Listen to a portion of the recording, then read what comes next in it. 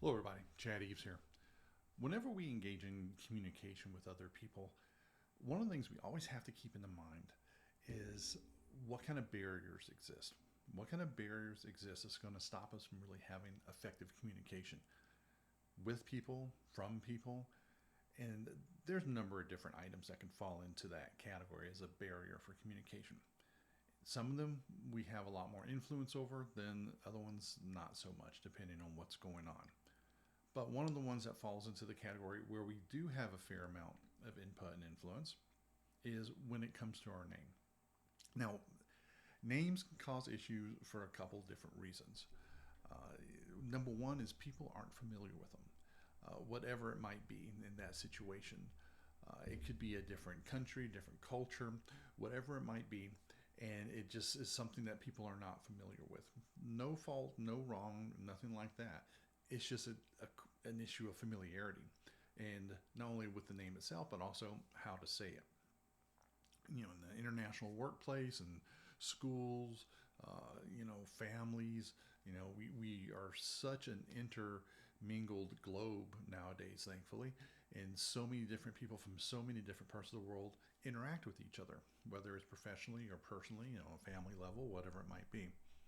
So how do we overcome some of the barriers to communication that a name can present? Well, when it's a language that's drastically different to the one that we're native to, one way is to try and spell that name out phonetically. Now, we've probably all seen examples of this. Maybe you didn't realize what it was at the time, but basically, where a person's name or any word is spelled out not the way it's necessarily spelled per se, but more of how it sounds. And that's what it means when you write something out phonetically. Is how would you say a name? How does that name sound? Not how it necessarily reads. And this is something that you can include in lots of different places. You see it on name tags. You'll see it like on lists or scripts for something like a graduation or an event like that, where there might be people with unfamiliar names. You can also include something like this on your email signature, if this is the case. If you're working with someone in a different language, culture, or nationality, whatever the case might be, that's causing this difference. Uh, the thing is, when we hit these barriers, and then there are fewer examples that are better for this than the name, is how do we help people? And that's really key to this. Having the expectation that someone's going to know how to say a name, your name, when it's something they haven't experienced before, is really adding to that barrier. You're building that wall up a little bit more versus give them a hand, help them out. And a good way to start doing that is spelling it out phonetically, and then also having patience. Because just because someone hears it once or sees it, how it's written out phonetically, one or two times, it will probably take a couple more times, sometimes longer, for people to learn and become familiar with it. Now, another challenge that can happen with names is you might be given one name and then you have a nickname that is different. Now, sometimes this can occur within the same language. It happens with myself. Chad is not a derivation of my first name, of my formal name. It's something very different. And it's something that if someone sees what my official name is on a record, school, medical, whatever it is, governmental documents, I have to say, oh, I prefer to go by Chad. And it's never been an issue.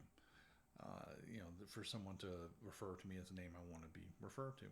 Now, another place where this can be an issue too is when we are in a different environment, when we are in a different place that uses another language or a different language that our name may be difficult for people to pronounce. And so a lot of times people will adopt a name to be used. That's a solution, but also today there's more willingness to learn a new name, to trying to use somebody's name. So I wouldn't shy away from that. I think, again, as I said before, the key is to help people learn how to say that name. But if you do have a nickname that you prefer to go by, and some people go by names that have nothing to do with their name, like a Buzz or something like that, all you have to do is tell them. Tell them, and you'll probably have to reinforce it a couple times. But that's one way to be called the name that you want to call. Remember, we want to make this easy for people. We want to help them say our names because they're under no obligation to call us what we would like to be called, right or wrong. It's really up to us to advocate for what we want to be called. Now, another way that you can do this too is have your name visible. So, depending on the environment, the context that you're working with people in, wearing a name tag might be appropriate.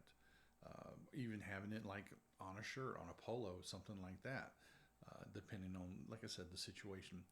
But having it in front of people, it could be on your stationery, it could be on a pen. So when someone borrows your pen, they say, "Oh, that's your name." It's always about reinforcing what that name is that you want people to use for you. And so that's something to think about, is what's some different ways that you can always present that with people. The last part is really the most important part. And this is to be likable.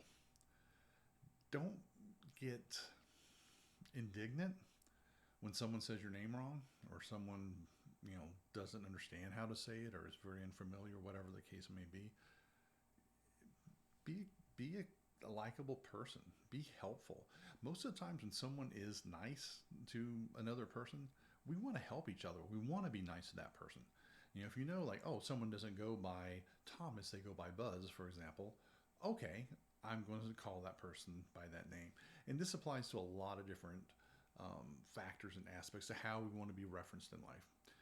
If we do it in a welcoming, in an encouraging, and a friendly manner, we're far more likely to get people like, oh, you know what? I want to, help that person. I want to be nice to this person. This is what, he or she wants.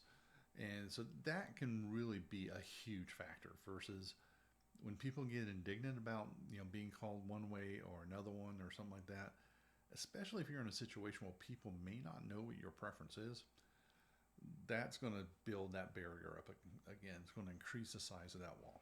So just a couple things to think about. We're always looking at how can we reduce those barriers to communication? How can we ease them? So if you have a name that's not as common in the environment that you're in, whether you're in a different country or whatever the case may be, help people.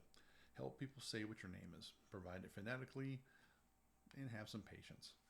Next, if you have a nickname, tell people about it. And even write it down for them. A lot of times I go to a doctor's office, they'll write down like prefers Chad or something like that, and I've never had anyone like go back and call me by my formal name again. But again, that's patience. But let people know if there's something else that you want to go by. Also, find ways to promote your name, to put it out in front of people so they get that reinforcement, in different ways. And last but not least, be friendly, be likable.